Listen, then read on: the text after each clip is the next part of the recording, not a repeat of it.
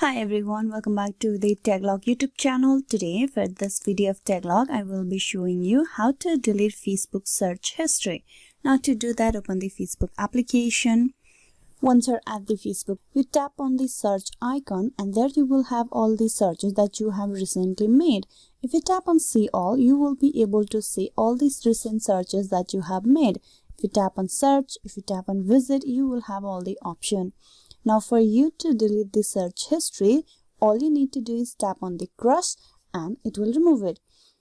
This is to cross or to remove a particular one. If you want to remove all the search history at once, all you have to do is click on clear all on the top right corner, tap that. Clear all searches and visit. This will remove your entire search history on every device. You cannot undo it. Tap on clear all. And with that, all the search history that you have previously made, there you can see there's no more recent searches. So all the previously made searches will be deleted.